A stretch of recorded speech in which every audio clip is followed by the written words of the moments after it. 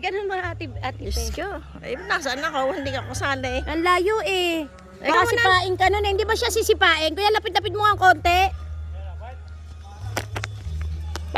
Vlogger kasi to. Nag-YouTube.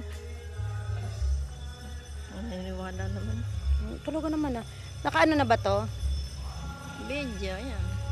Hindi ba mangangagat yan? Ayan, ayan oh. Lapit-lapit ka lang ng konti. Ano ba sumakay?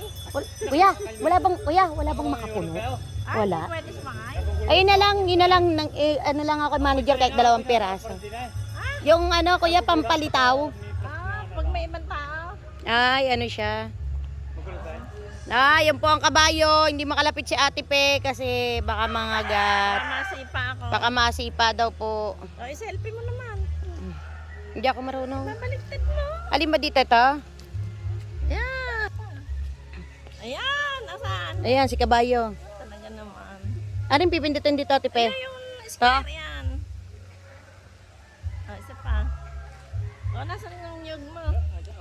Okay na po. Nasaan ang nyug mo? Ayun oh, yung kay kuya.